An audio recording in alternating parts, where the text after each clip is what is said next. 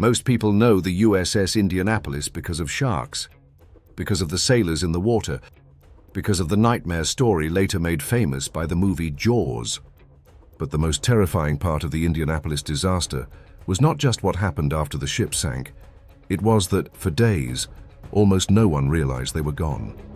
In July of 1945, the USS Indianapolis was given one of the most secret missions of the Second World War.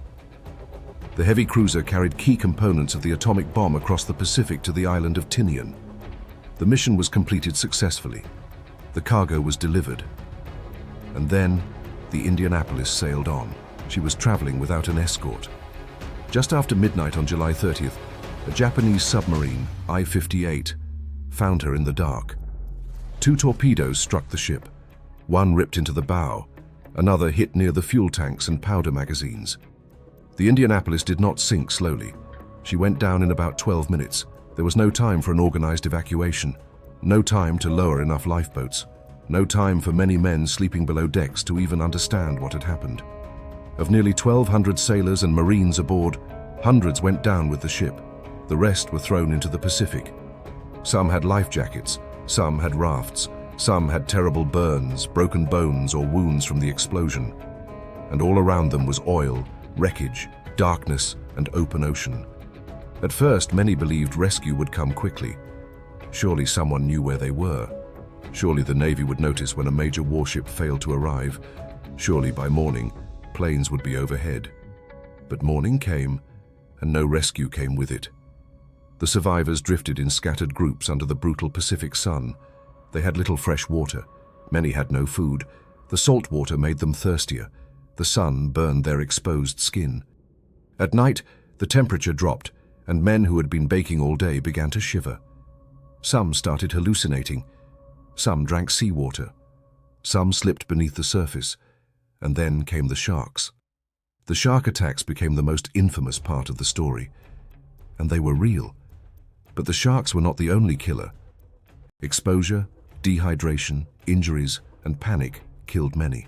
And through all of it, the men kept waiting for a rescue that had not been sent, because her arrival at Leyte was not properly tracked. The Indianapolis was supposed to arrive at Leyte on July 31st. She did not. But no alarm went out. Part of the problem was that no distress call had reached the right people. The torpedoes had knocked out communications almost immediately, and if any emergency signals were sent, they were not acted on in time. Part of the problem was paperwork. In the final weeks of the war, ships were moving constantly across the Pacific. Their positions were tracked on plotting boards, but those boards often relied on estimates, where a ship was expected to be, not constant live reports. And because the Indianapolis had just completed a secret mission, not everyone along the chain of command even understood how urgently her movements should be watched. So while hundreds of men were floating in the Pacific, the Navy did not launch a rescue mission. The survivors were not found because a search party followed a plan. They were found by accident.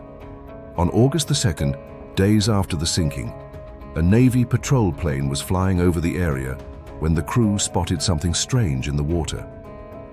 At first, it looked like an oil slick. Then they saw men, hundreds of them, scattered across the sea. Only then did the rescue begin. Planes dropped life rafts and supplies. Ships raced toward the scene. One seaplane pilot landed on the open ocean against orders, loading survivors onto the wings and fuselage until his aircraft could no longer take off. By the time the rescue was over, only 316 men were alive. The USS Indianapolis had delivered one of the most consequential weapons in human history. Then her own crew had been left floating in the Pacific because no one came looking in time.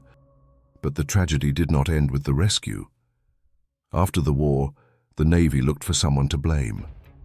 Captain Charles McVeigh, who had survived the sinking, was court-martialed. He was accused of failing to zigzag, a defensive maneuver meant to make ships harder targets for submarines. But the Japanese submarine commander later said zigzagging would not have changed the outcome. The Indianapolis had been seen. The torpedoes had been fired, and the ship was doomed. Still, McVeigh became the only US Navy captain of the war court-martialed for losing his ship in combat. For years, survivors defended him. They argued that their captain had been made a scapegoat for a disaster much larger than one man. Ultimately, the Indianapolis is remembered as a shark story, but that is only part of what happened. It was also a story about secrecy, about assumptions, about a ship that completed its mission, disappeared from the map, and was not missed until it was almost too late.